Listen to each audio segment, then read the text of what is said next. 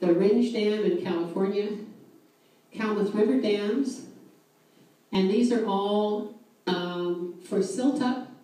The Snope Lower Snake River dams, I mean, they say it's 3 million cubic feet of sediment a year. You know, they can measure this. It's not rocket science. This is measurable, right? The Glen Canyon Dam was built in 1963. It's a 710-foot dam. This is a very serious dam, and they're looking at it because of fish riparian habitat and the amount of water loss through evaporation. This is the fourth highest dam in the United States and the second largest reservoir.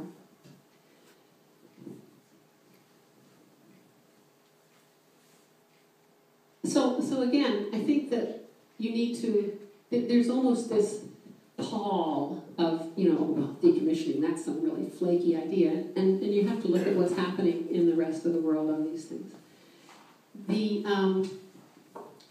If you are looking at, it really comes down to a numbers game.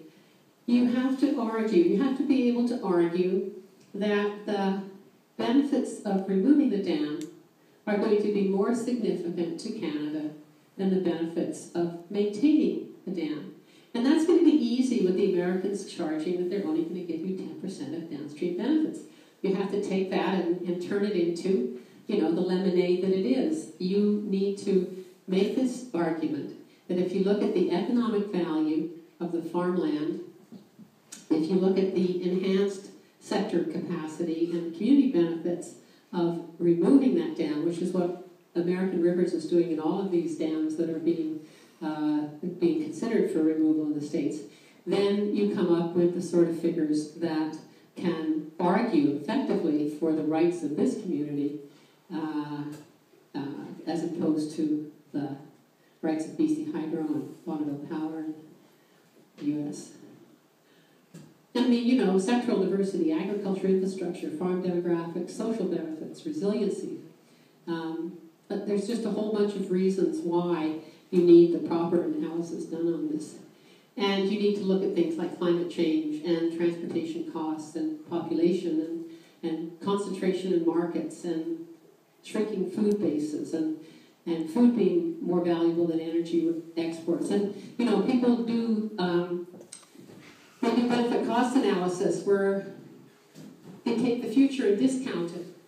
And they take today and they increase it. You need a low discount rate for the future. You need social discount analysis, not the standard benefit cost analysis, because the future That's an is interesting point. more important than today. Thomas Homer Dixon, you might have heard him being discussed. He just gave an interview in the New York Times.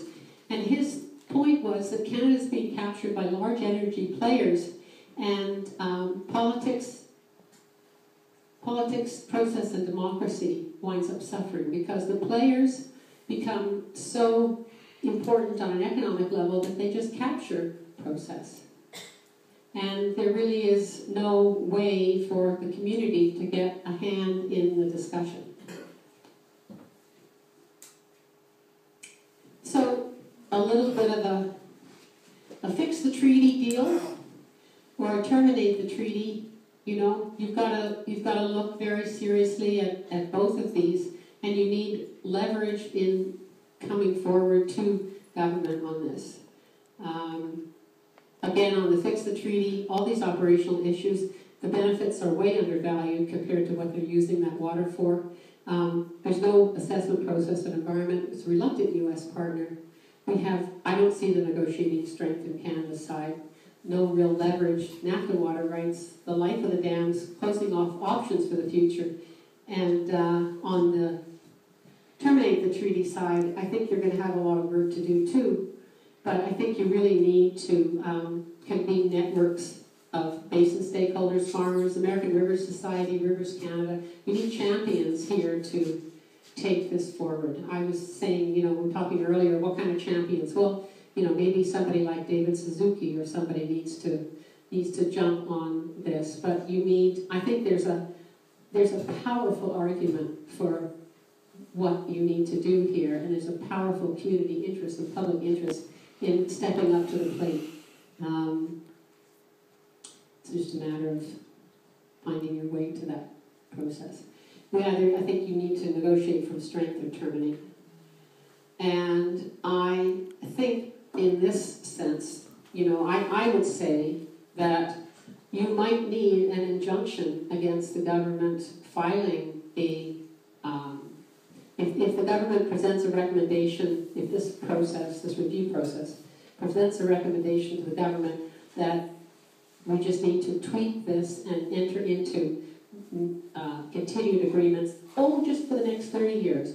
I think you need a TAG lawyer who's prepared to take an injunction against the government of British Columbia advising Bonneville Power and BC Hydro advising Bonneville Power that they're going into this agreement again, because I think you need process here. I think you need community process. I think you need 2 or 3 years to sort this out, and I think you need to stop this process that's going on now. Unless you feel it's really working for you, but it doesn't look like it. You need an inclusive process. You need international networks. You need some publicity on this issue, and you need some big champions. And I think all of you in this room are big champions, so you just have to go out and find some more. Anyway, that has,